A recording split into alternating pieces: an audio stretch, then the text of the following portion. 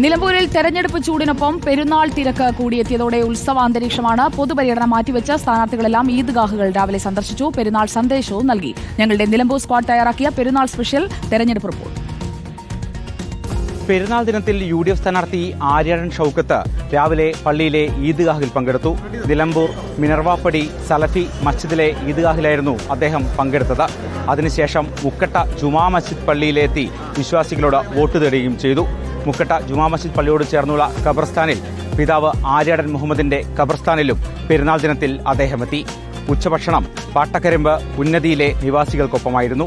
നിലമ്പൂരിലെ ആദിവാസി മേഖലയിലെ അവരുടെ വിദ്യാഭ്യാസപരമായ അവരുടെ ഹാബിറ്റാറ്റുമായി ബന്ധപ്പെട്ട് അവരുടെ ജീവിത നിലവാരം ഉയർത്താൻ ഒരു വലിയ സമഗ്രമായ പദ്ധതി കൊണ്ടുവരണമെന്നാണ് ആഗ്രഹിക്കുന്നത്. ഇനി LDF സ്ഥാനാർത്ഥി M. സ്വരാജിന്റെ വിശേഷങ്ങളുമായി സാനിയോ മനോമി ചേരും.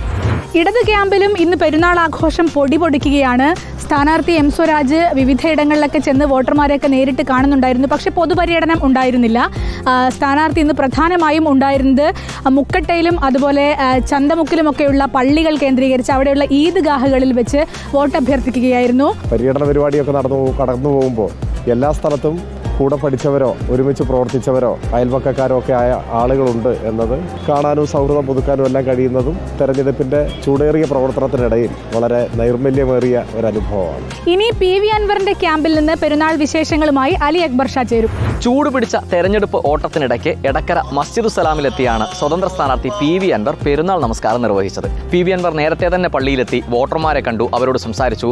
പിന്നീട് പെരുന്നാൾ നമസ്കാരം കഴിഞ്ഞ് പുറത്തിറങ്ങിയ ശേഷം വീണ്ടും വോട്ടർമാരെ നേരിൽ കണ്ട് വോട്ട് അഭ്യർത്ഥിച്ചു. ഒരുപാട് ആളുകൾ PV അൻവറിനെ കാണാനായി പള്ളിമുറ്റത്ത് തടിച്ചുകൂടിയിരുന്നു. ഉച്ചയ്ക്ക് 1:30 എടക്കരയിലുള്ള ഓൾഡ് ഏജ് ഹോമിലെ അന്തേവാസികൾക്കൊപ്പമാണ് PV അൻവർ ഭക്ഷണം കഴിച്ചത്. എന്തായാലും കൃത്യമായ രാഷ്ട്രീയ പ്രസ്താവന തന്നെയായിരുന്നു ഇന്ന് ഈ പെരുന്നാൾ ദിനത്തിലും PV അൻവർ നടത്തിയത്. ഈ ഒരു തെരഞ്ഞെടുപ്പ് പിണറായിസം ഞാൻ ഉയർത്തിയ വിഷയങ്ങളിൽ കേരളത്തിൻ്റെ പൊതുസമൂഹം എവിടെ നിൽക്കുന്നു എന്നതിൻ്റെ കൃത്യമായ ഒരു റിസൾട്ട് ഉണ്ടാവും. അടുത്തതായി NDA ക്യാമ്പിലെ പെരുന്നാൾ വിശേഷങ്ങളുമായി ദീപക് മലയമ്മ ചേരും.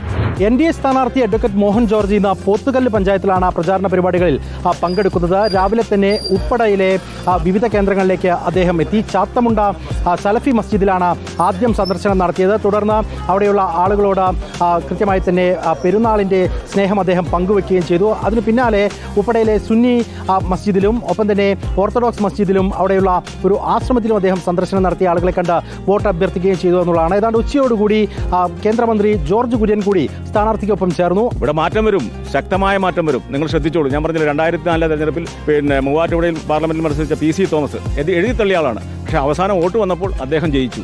ഇതൊരു വലിയ മാറ്റം വരും. ഇന്ത്യയിൽ തന്നെ കാണുന്നതല്ലേ. തീർച്ചയായിട്ടും ഞങ്ങൾ ശുഭപ്രതീക്ഷയാണ്. നിലമ്പൂർ സ്കോട്ടിനൊപ്പം reporter Deepak Malayamma, in reporter, Nilambur.